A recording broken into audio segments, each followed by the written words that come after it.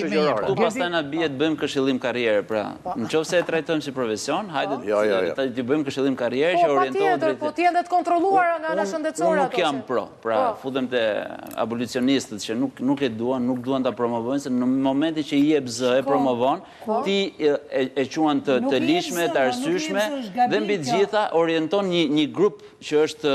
Po ky grup i orientuar është. Jo, ky grup nuk është se është orientuar, ata shkojnë. Si struci, ne po flasim për një fenomen që ekziston. Nëse më lejoni ta zgjas pak më tepër, do më kuptoni. Tash nuk është që po e promovojmë, sepse nuk e promovojmë. Nëse e legalizojmë, e promovojmë. Bravo. Këtë po them. Gjëja tjetër, le ta shtrim në kohë, në gjithë historikun e Shqipërisë.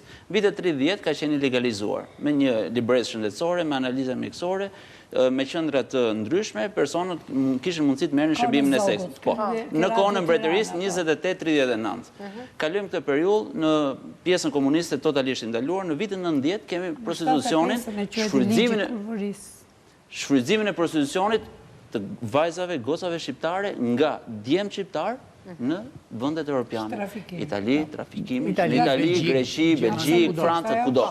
Ra kjo gjë, sot nuk ju thatë nuk është i rregulluar. Është më mirë i rregulluar në Shqipëri.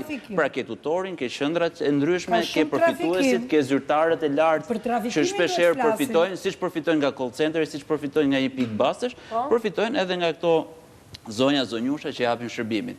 Tani gjëja tjetër, kemi në mendimin tim dhe në analizën time, kemi 3 forma prostitucioni në Shqipëri.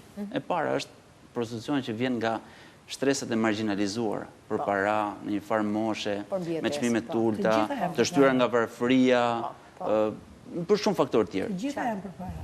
Edhe ato që janë eskolta, që marrin shumë para, janë për para. Por këto janë më sensitive, ndoshta varfëria e shtyn, kurse ato që janë për luks, nuk i shtyn më varfëria. Se mjafton kalojnë 5 klientë dhe varfëria bie.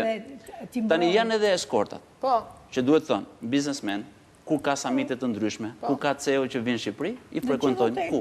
Në hotelet me pesyje, në kazinot më të mira të Tiranës, në resortet, në sallonet më të mira, në shtëpi private, kudo, në vila, këto eskorta privitesh japin shërbimin e tyre. Eskort. Atëre janë, domethënë dihet kjo muhabeti. Pra dihet e gjithë që janë. Të rendisë edhe kategorinë e tretë. Pra, grupi vulnerabël, eskortat dhe tretë janë prostitucioni online, virtual.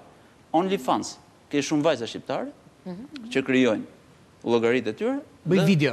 Video, dhe mund të shkojnë edhe për te videos. Pra, videot janë gjithkohon, sepse është vërtet. Ma ka thënë një që i regjistronte, fitojnë para të pa imagjinueshme. Absolutisht. Nga me zhanre të ndryshme, dikush ofron këmbë, dikush skenare.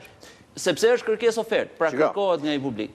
Dhe e fundit, pra është, në mendimin tim, nuk duhet dhënë zë, e ofendon vajzën, gruan shqiptare nëse e legalizon, kështu e shikoj unë, dhe nuk rregullohet asgjë. Absolutisht jo, sepse gjithmonë do ketë një pjesë, një sektor që do punojë në të zezë.